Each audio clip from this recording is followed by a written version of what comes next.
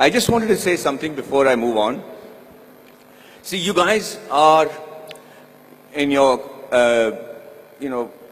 at the threshold of the dreams that you want to achieve. Please sit down, it's going to be slightly longer. And you guys are going to actually determine how the environment around you is going to progress along with you.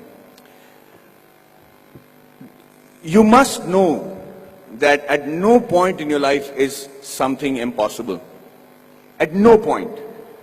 You could be in a place, you could be born and brought up in a place like Bihar, like I have done, and be a big enough star to come and talk to people in Coimbatore as a star. Or you could be in the industry like the Tamil and Telugu industry and be known as the most exciting director. Rajamouli suddenly decides that he can make a film which is, if not better, but at par with Hollywood. And he does that staying in India, and he hits the ball right out of the park. He becomes historic in just that one moment. There is a huge lesson to be learned on things like that. Everybody keeps saying success is when the right opportunity meets the right preparation, right? So you can't have the right preparation by being the engineer that you want to be, and you keep looking out for that right opportunity. But what makes the right opportunity and the right preparation come together? When does that synergy happen for you to be prepared for it? Because like they say, if you're prepared but you don't get the opportunity, it's useless. If you have the opportunity, you're not prepared, it's not useless. But they have to meet at a point, right? And that meeting happens because you will it to happen, because you want it so badly to happen. I could be walking down any street, I could be anybody, but why did that one director come and meet me and wanted me to act in that television serial? If you look at every next step in my career, I have never prepared for it. I have never imagined that this could happen. I never imagined that Mani Ratnam will call me. How would Mani Ratnam know about a guy who's doing a television series in Bombay without even seeing one episode of mine? So let's come back to that one point that happens, the synergy that happens between the right opportunity and the right preparation. And that happens when you have what is called situational awareness. So let me tell you a little bit about situational awareness.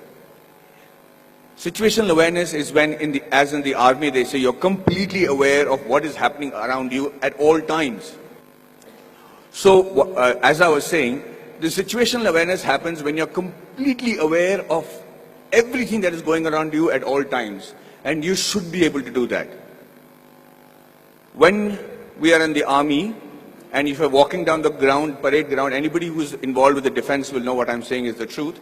And if there's an officer walking away from the other side of the ground, you have to stop and salute him and say, Ram Ram Sarji, or whatever is the call of the unit. If you don't, they'll give you a brick in your hand and you have to shave with that brick. So, thank you, that's awesome. So, the situational awareness is because you should know when the enemy is around you or when there is danger around you. You know how that is taught to you from when you're a child? That's taught to you in the form of good manners, in the form of being courteous. So when you say a good morning, or you're saying a good afternoon, or you're looking around and helping a teacher who's carrying a book and being aware that she needs help, or you're watching around and stepping over a drain and not tripping on yourself, you should know that you're fairly evolved in the art of situational awareness. That's why people insist on teaching children good manners. And anybody who has good manners, it's not just a desire, it's not the desire just to be considered to be a polite guy, but the ability to know when somebody needs to be wished, somebody needs help, somebody is in need of assistance, or somebody has to run away. And that's why you teach your child good manners. And I will tell you today, from the bottom of my heart, I might not be completely worthy of some of the opportunities that I got, but I grabbed it like hell. And I got those opportunities simply because I was a very well-mannered person. I was able to, and with that manner, with the way you walk, with your gait, the kind of words that you use, it's very common to use normal language when you're friends and everything, but most people don't even have a vocabulary. The reason I started those classes in Kolhapur was so that I had my friends who came to me and said, Maddie, we are very good engineers, buddy. We're really good at what we're doing. But the problem is I can't speak in English, I can't speak in Marathi. So when they come from Tatas and Kirloskars for campus selections, I'm not able to communicate to them. They don't even observe a Kolhapuri boy wearing a terracotta pant and a shirt and wearing chappals and don't even consider that he could be a good engineer.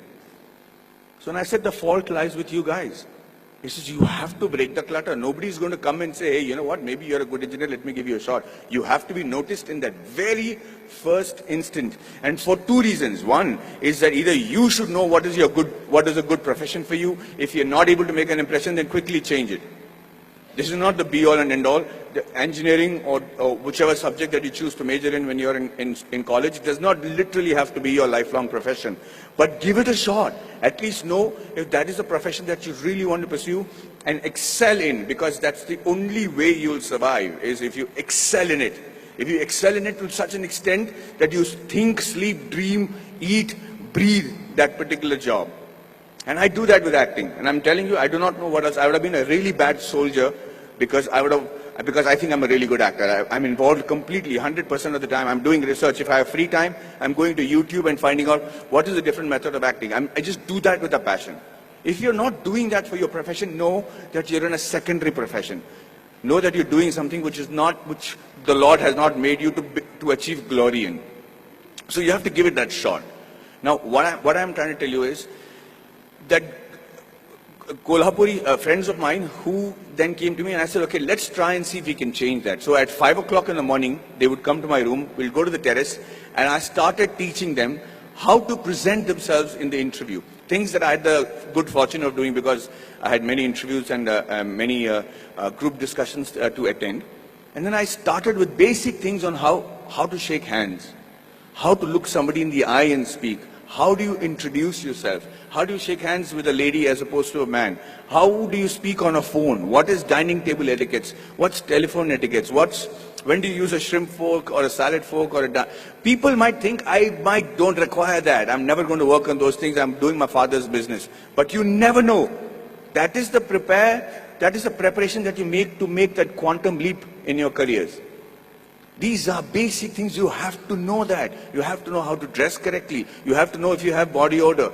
You have to know whether you're spitting on people's face and how to stop it when you're speaking.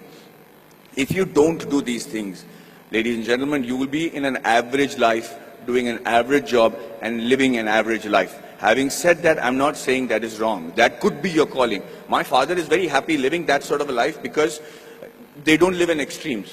But if you have a passion and if you have a desire to be exceptional, if you have a desire to be seen apart from the crowd, then this is the bare minimum thing you should do.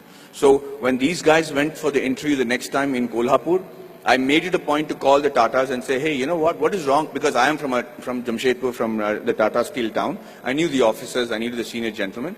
I said, sir, you know, these friends of mine are extraordinary engineers. The mere reason why you're not taking them is because they don't know how to present themselves in English. How long is it going to take for you to send somebody who knows Marathi in your panel so that they can actually judge and see if these guys are good enough for Tata Steel? Do you need good people who speak in English or do you need somebody who are good engineers? And he agreed. He actually sent people from Maharashtra, and for the first time in the history of Kolhapur, we had 5 guys getting into Tata Steel and Kirloskars. And I just wanted to say that I'm not taking credit for it. I just felt bad because it is just a small 3-day push that they required to achieve that.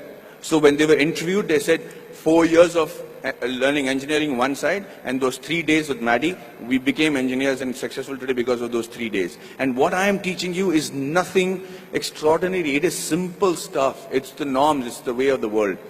So yes, we are all radicals here. I mean, you guys are very awesome students. You're sitting there quietly listening to me. We used to make a ruckus if somebody came to give a speech. But the idea is that you have to connect to the audiences that you're speaking to. Public speaking and group discussion skills can be taught in 15 minutes. I used to challenge my students that I should say, I will hold each and every one of your attention for 15 minutes because I will say such relevant stuff that you will be forced to pay attention to me.